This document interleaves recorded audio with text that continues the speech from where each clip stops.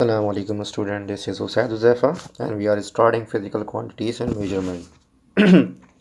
First of all, we have to understand about physical quantities. Physical quantities क्या होती हैं? तो सबसे पहले इसकी डेफिनेशन हम लोग लिखते हैं. Physical quantities, anything that can be measured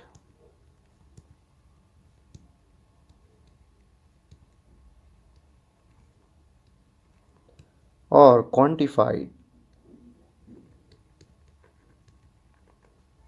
by an instrument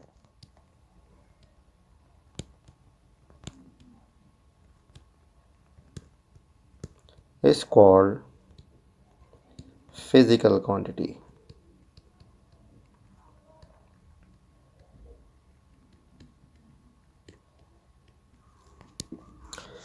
अच्छा, बट बहुत ही सिंपल सी डेफिनेशन है.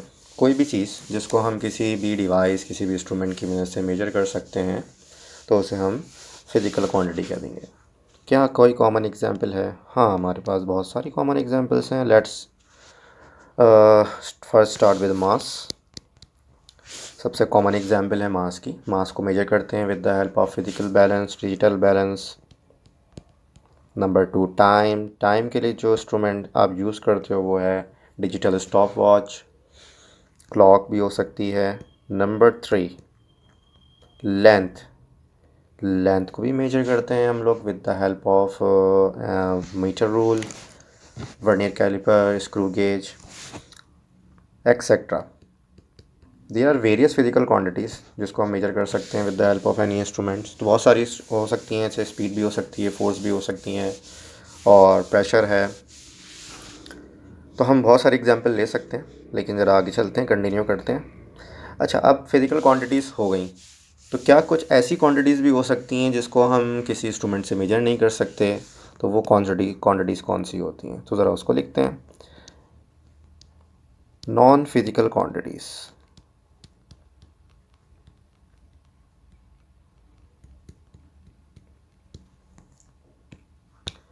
नॉन फिज़िकल क्वांटिटीज़ वो क्वांटिटीज़ होती हैं बच्चों जिनको हम किसी भी इंस्ट्रूमेंट से मेजर नहीं कर सकते.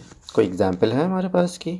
एग्जांपल तो बहुत सारी हो सकती हैं. आप बता सकते हो सर. हैप्पीनेस. हैप्पीनेस को फील कर सकते हैं, हैप्पीनेस को मेजर नहीं कर सकते, उसको क्वांटिफाई नहीं कर सकते. इसी तरह सैडनेस. इवन दो कि आप कह सकते हो सर मूड स्विंग्स को भी ऐड कर लेते हैं.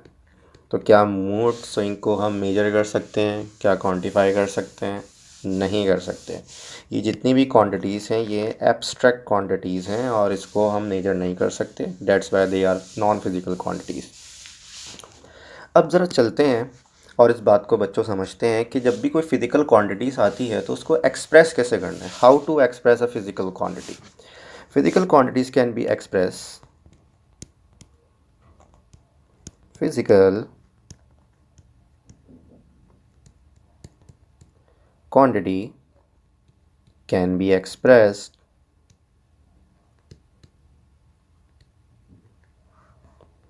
with the help of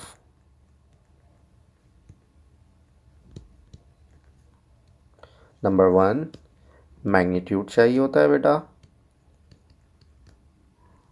number 2 unit required होता है. ठीक है. अच्छा, मैग्नीट्यूड और यूनिट, इसको कैसे हम एग्जाम्प्लीफाई कर सकते हैं? Let's suppose we have a mass of 5 kg. ठीक है. ये जो 5 है ये आप बताओगे कि सर ये एक न्यूमेरिक वैल्यू है, और यही न्यूमेरिक वैल्यू जो है वो किसको शो करती है? ये मैग्नीट्यूड को शो करती है. ठीक है. और जो केजी लिखा हुआ है ये बताएगा आपको यूनिट. ठीक है. अच्छा, अब मैग्नीट्यूड का क्या मतलब है सर? मैग्नीट्यूड को अगर मैंने डिफ़ाइन करना है या इसको बताना है तो कैसे बताएंगे? तो मैग्नीट्यूड जो है वो बताता है कि how much quantity is present. कितनी अमाउंट में क्वांटिटी मौजूद है, प्रेजेंट है, कम है, ज़्यादा है, ये सब कौन बताएगा? ये आपको मैग्नीट्यूड बताएगा. और जो यूनिट है वो बताएगा कि what quantity is this.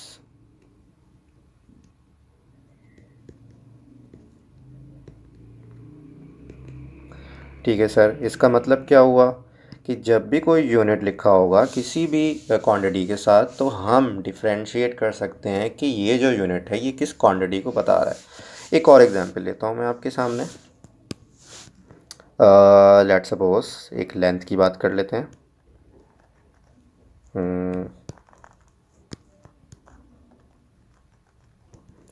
Length लेते हैं हम लोग 10 मीटर। ठीक है, और दूसरी तरफ मैंने वो एग्जांपल ले लिए मास की, वो भी 10 kg ले लिया मैंने। ठीक है, अब आप इजीली है जो डिफरेंशिएट कर सकते हो कि सर यहाँ पर दोनों की जो न्यूमेरिक वैल्यू है, मैग्नीट्यूड, वो तो सेम है, लेकिन इनके यूनिट्स जो हैं वो अलग अलग हैं। यही यूनिट बताते हैं कि क्वांटिटी कौन सी है। तो लेंथ के लिए जो यूनिट होता है उसका मीटर होता है, मास के लिए जो यूनिट होता है वो होता है केजी। ठीक है, तो बहुत आसानी से हम लोग ने इस बात को समझ लिया है कि जो क्वांटिटीज़ होती हैं उसको एक्सप्रेस कैसे करते हैं। एक्सप्रेस करते हैं with the help of magnitude and unit, और मैग्नीट्यूड उसका न्यूमेरिक पार्ट होता है, और यूनिट जो है वो डिफ्रेंशिएट करने के लिए होता है कि व्हाट क्वांटिटी इज़ दिस। ठीक है, आगे चलते हैं बच्चों। अब हम स्टडी करेंगे कि जब भी कोई फिज़िकल क्वांटिटीज़ आती है उसको डिवाइड कैसे करते हैं, किन दो हिस्सों में डिवाइड होती है, क्या क्लासिफिकेशन होती है, क्या टाइप्स होती हैं, उसको डिस्कस करते हैं।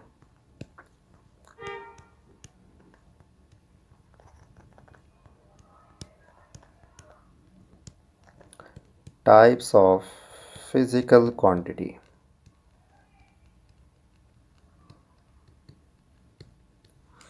There are two types of physical quantities. Number one, base quantities.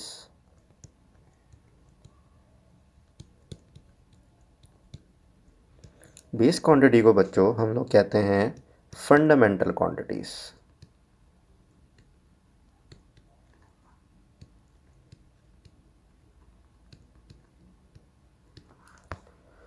अब बेस क्वांटिटीज़ या फंडामेंटल क्वांटिटीज़ का मतलब क्या है, how to define them.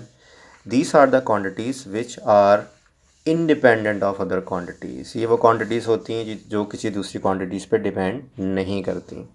So we can write basic quantities as those are the quantities, those quantities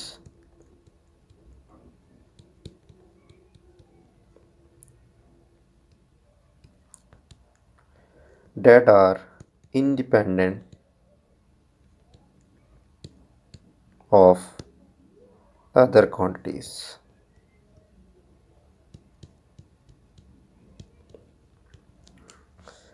क्या हम specify कर सकते हैं क्वांटिटीज़ कौन कौन सी हैं? बिल्कुल कर सकते हैं। These are total 7 quantities. ये जो हमारे पास बेस क्वांटिटीज़ हैं और फंडामेंटल क्वांटिटीज़ हैं, ये टोटल 7 क्वांटिटीज़ हैं। ठीक है, इसको ज़रा एग्जाम्पलीफाई करते हैं हम लोग, और फिर फर्दर डिस्कस करते हैं कि बेस क्वांटिटीज़ क्या होती हैं।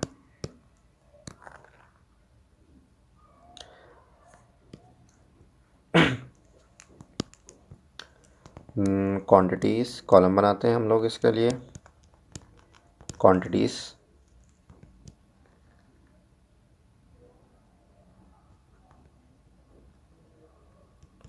यूनिट क्या होगा सबका,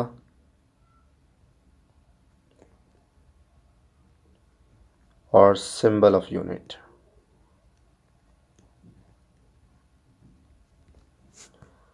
नंबर 1 क्वांटिटी जिसको हम डिस्कस करेंगे वो है mass. Number 2 length. Number 3 time.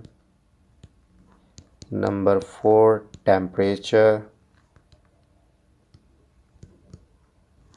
Number 5 amount of substance.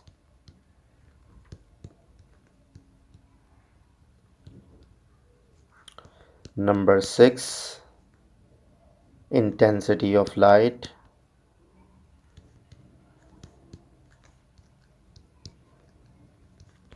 Number 7 and the last current. अच्छा बच्चों, जितनी भी क्वांटिटीज़ हम लोग ने लिखी हैं यहाँ पर 7 क्वांटिटीज़, उनके यूनिट को भी लिख लेते हैं हम लोग। मास का यूनिट जो है वो किलोग्राम है, लेंथ का मीटर, टाइम का सेकेंड, टेम्परेचर का kelvin, amount of substance mole, intensity of light candela, and the current is ampere. जब भी हम किसी क्वेश्चन को सॉल्व कर रहे होंगे, इवन दो कि जब हमारे पास कोई क्वेश्चन आएगा, प्रॉब्लम आएगा, तो जब हम उसके अंदर क्वांटिटीज़ को लिखेंगे तो वो क्वांटिटीज़ के जो यूनिट्स हैं वो उनकी फुल फॉर्म में नहीं आएंगे। हम हमेशा उसकी सिंबॉलिक रिप्रेजेंटेशन को यूज़ करेंगे। तो जो मास का यूनिट है किलोग्राम, क्या इसकी कोई सिंबॉलिक रिप्रेजेंटेशन है? तो we can write as small K N G. Length के लिए जो सिंबॉलिक रिप्रेजेंटेशन होगी यूनिट की, मीटर है। टाइम के लिए सिंपल एस, टेम्परेचर के लिए कैपिटल के, अमाउंट ऑफ सब्सटेंस के लिए M O L, intensity of light के लिए capital C and small D, current के लिए हम कैपिटल ए को यूज़ करेंगे। These are the 7 quantities which we called base quantities और फंडामेंटल क्वांटिटीज़, क्योंकि इस पर पूरी फिजिक्स की फाउंडेशन रखी है। ठीक है। और इसको जब हम आगे नेक्स्ट टाइप को डिस्कस करेंगे तो आपको बच्चों ये बात समझ में आ जाएगी कि ये इसको बेस क्वांटिटीज़ क्यों कह रहे हैं हम लोग। ठीक है। अच्छा, अब डिस्कस करते हैं कि नेक्स्ट टाइप जो है वो है derive quantities.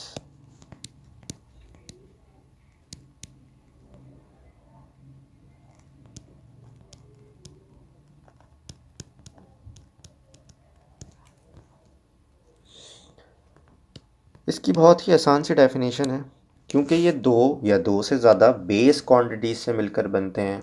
That's why we call these quantities derive quantities. ठीक है। अब ज़रा इसकी डेफिनेशन लिखते हैं। These quantities are formed by the combination of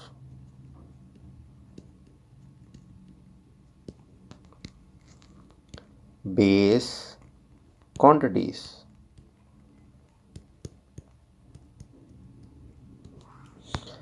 चलो बच्चों, हम इसकी एग्जांपल्स को ज़रा डिस्कस करते हैं। Let's take an example. Number 1 example जिसको हम डिस्कस करते हैं वो है एरिया। Area of square.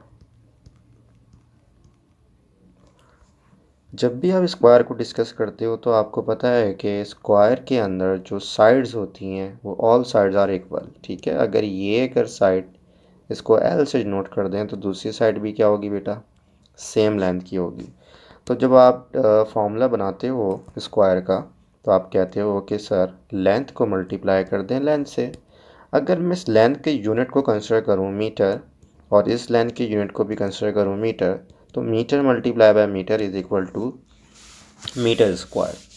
तो मीटर स्क्वायर जो है वो एक बेस यूनिट नहीं है बल्कि एक डिराइव यूनिट है। ठीक है। और जो एरिया ऑफ स्क्वायर जो क्वांटिटी आ रही है बेटा वो भी एक डिराइव क्वांटिटी है।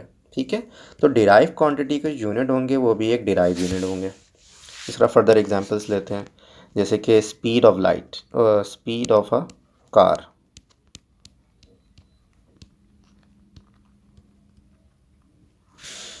Speed of a car is equal to, अगर मुझे फाइंड आउट करनी है तो हम लेते हैं डिस्टेंस डिवाइड बाय टाइम।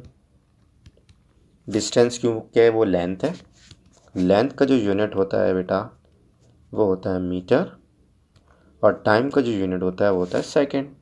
तो आपके पास एक यूनिट आ गया और वो आया स्पीड के लिए, और ये एक डिराइव यूनिट है, और जो स्पीड है वो भी एक डिराइव क्वांटिटी। तो देयर आर, हमने एक दो एग्जांपल्स ले लिए हैं डिराइव क्वांटिटीज़ की। नंबर 1 एरिया ऑफ स्क्वायर, जिसके अंदर हमने देखा कि अगर हम मीटर को मीटर से मल्टीप्लाई करते हैं तो हमारे पास एक यूनिट आता है। इस तरह अगर हम दो बेस क्वांटिटीज़ को मल्टीप्लाई करते हैं तो हमारे पास एक नई क्वांटिटी आती है जिसको हम बोलते हैं एक डिराइव क्वांटिटी या area of square. Similarly speed जो है वो दो बेस क्वांटिटी से मिलके बनी है, डिस्टेंस यानी लेंथ डिवाइड बाय टाइम।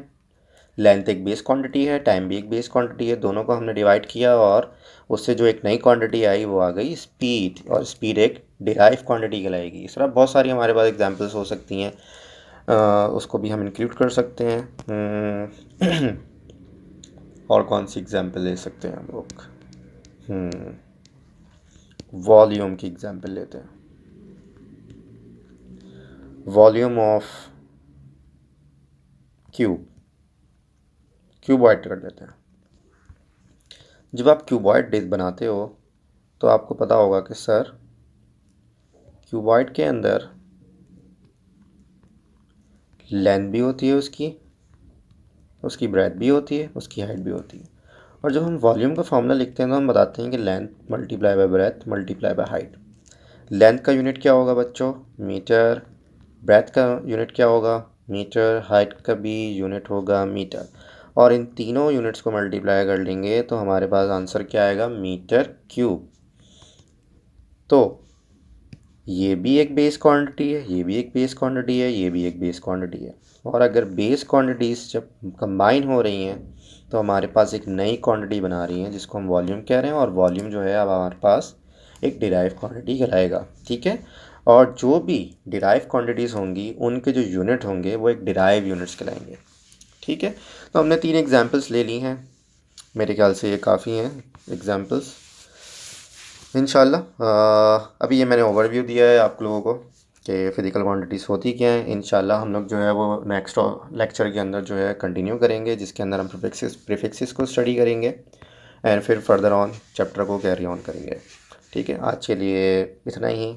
दुआ में याद रखिएगा। अल्लाह हाफ़िज़।